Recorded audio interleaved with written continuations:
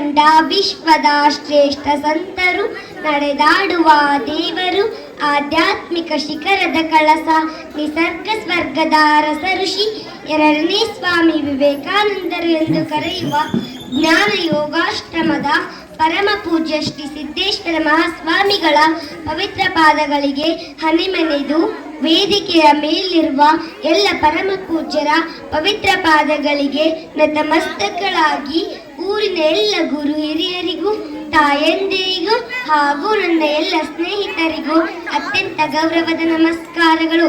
ಇಂದು ನಡೆಯುತ್ತಿರುವ ಈ ಮಹಾನ್ ಪುಣ್ಯದ ಕಾರ್ಯವು ತಪೋನಿಧಿ ಹಬ್ಬದ ತಲಗಳಲ್ಲಿ ಆ ಸದ್ಗುರುವೇ ತೋರಿದ ಬೆಳಕಿನ ಪುಂಜದಲ್ಲಿ ನಾಡಿನ ಪರಮ ಪೂಜ್ಯರ ಮಾರ್ಗದರ್ಶನದಲ್ಲಿ ಪೂಜ್ಯ ಗುರುದೇವರು ಬಯಲಲ್ಲಿ ಬಯಲಾಗಿ ಸತ್ಯವೂ ಇಲ್ಲ, ಸತ್ಯವೂ ಇಲ್ಲ, ಸಹಜವೂ ಇಲ್ಲ, ಸಹಜವೂ ಇಲ್ಲ, ನಾನು ಇಲ್ಲ, ನೀನು ಇಲ್ಲ, ಇಲ್ಲ ಇಲ್ಲ ಎಂಬುದು ತಾನಿಲ್ಲ, ಗುಹೇಶ್ವರನೆಂಬುದು ತಾ ಬಯಲು ಎಂಬ ಅಲ್ಲಮ ಪ್ರಭುಗಳ ವಚನದಂತೆ ತಪಸ್ಸಿನ ಜೀವನವನ್ನು ನೆರೆಸಿ ಬಯಲಲ್ಲಿ ಬಯಲಾದ 2ನೇ ವರ್ಷದ ಗುರುನಮನ ಕಾರ್ಯಕ್ರಮವು ಅತ್ಯಂತ ಶ್ರದ್ಧಾಭಕ್ತಿಯಿಂದ ನಡೆಯುತ್ತಿದೆ.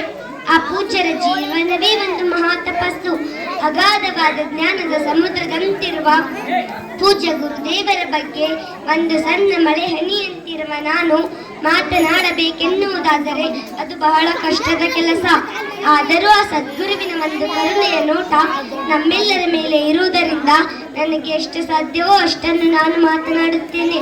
ಜ್ಞಾನ ಯೋಗವನ್ನೇ ತಮ್ಮ ಜೀವನದ ಯೋಗವಾಯಿಸಿಕೊಂಡು ಸದಾ ಶುಭ್ರ ವಸ್ತ್ರಧಾರಿಗಳು ಆಗಿರುತ್ತಿದ್ದ ಗುರುದೇವರ ಬದುಕು ಅವರ ಅಂತರಂಗದ ಒಳಷ್ಟಿಗೆ ಹಿಡಿದ ಕನ್ನಡಿಯಂತೆ ಇರುತ್ತಿತ್ತು.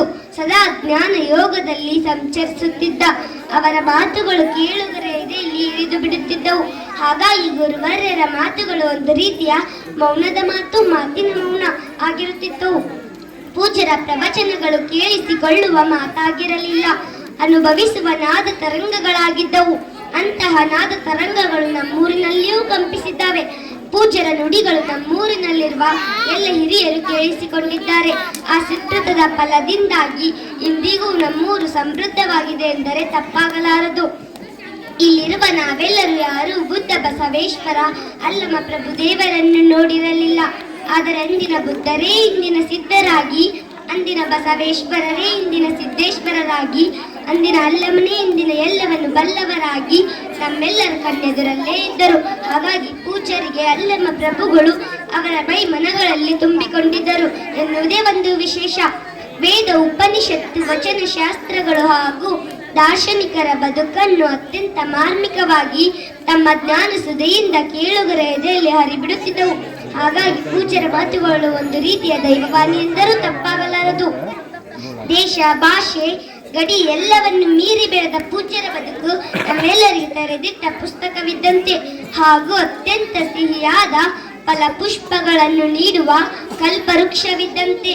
ಇಂದು ಅದರ ಫಲಪುಷ್ಪಗಳನ್ನು ನಾವು ಪಡೆಯುತ್ತಿದ್ದೇವೆ ಎಂದರೆ ಆ ಗಿಡಕ್ಕೆ ನೀರೆರೆದು ಬೆಳೆಸಿದ ವೇದಾಂತ ಕೇಸರಿ ಪೂಜ್ಯ ಶ್ರೀ ಮಲ್ಲಿಕಾರ್ಜುನ ಗುರುವರರನ್ನು ನೆನೆದು ಅವರ ಪಾದ ಕಮಲಗಳಿಗೂ ಶಿರಬಾಗಿ ನಮಿಸುತ್ತೇನೆ.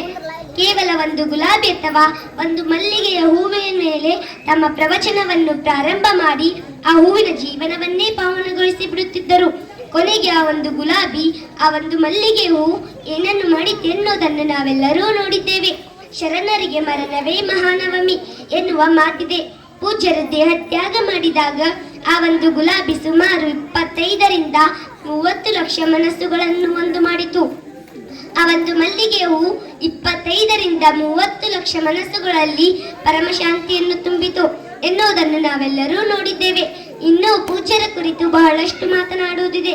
ಇನ್ನೂ ಸಮಯದ ಅಭಾವ ಇರುವುದರಿಂದ ಮತ್ತೆ ಮುಂದೆ ಮಾತನಾಡುತ್ತೇನೆ. ಇಲ್ಲಿ ಮಾತನಾಡುವಾಗ ಪದ ಪ್ರಯೋಗದಲ್ಲಾಗಲಿ ಅಥವಾ ನನ್ನ ತೊದಲು ನುಡಿಯಲ್ಲಾಗಲಿ ತಪ್ಪಾಗಿದ್ದರೆ ಅದೆಲ್ಲವನ್ನು ಸರಿ ಮಾಡುವ ಸದ್ಗುರುವಿನ ಪಾದಗಳಿಗೆ ಮತ್ತೊಮ್ಮೆ ತಲೆಬಾಗಿ ನನ್ನ ಮಾತುಗಳಿಗೆ ವಿರಾಮವನ್ನು ಕೊಡುತ್ತೇನೆ. ತಮ್ಮೆಲ್ಲರಿಗೂ ಶರಣಾರ್ಥಿಗಳು. ಮೂರ್ತಿ ಚಿಕ್ಕದಾದರೂ ಕೀರ್ತಿ ದೊಡ್ಡದು ಎಂಬಂತೆ ವಯಸ್ಸಿನಲ್ಲಿ ಚಿಕ್ಕವರಾದರೂ ಪರಮ ಪೂಜ್ಯರ ಬಗ್ಗೆ ಬಹಳಷ್ಟು ಮಾರ್ಮಿಕವಾಗಿ ಮಾತನಾಡಿದಂತಹ ಪೂರ್ವಿ ಬೇರಾದವರಿಗೆ ಧನ್ಯವಾದಗಳು. ಅವರಿಗೆ ಶ್ರೀಗಳಿಂದ ಆಶೀರ್ವಾದ. ಅದರಂತೆ ಮುಂದಿನ ತಯಾರಿ ಅನ್ನಪೂರ್ಣ ಬಿರಾದರ್ ಅವರು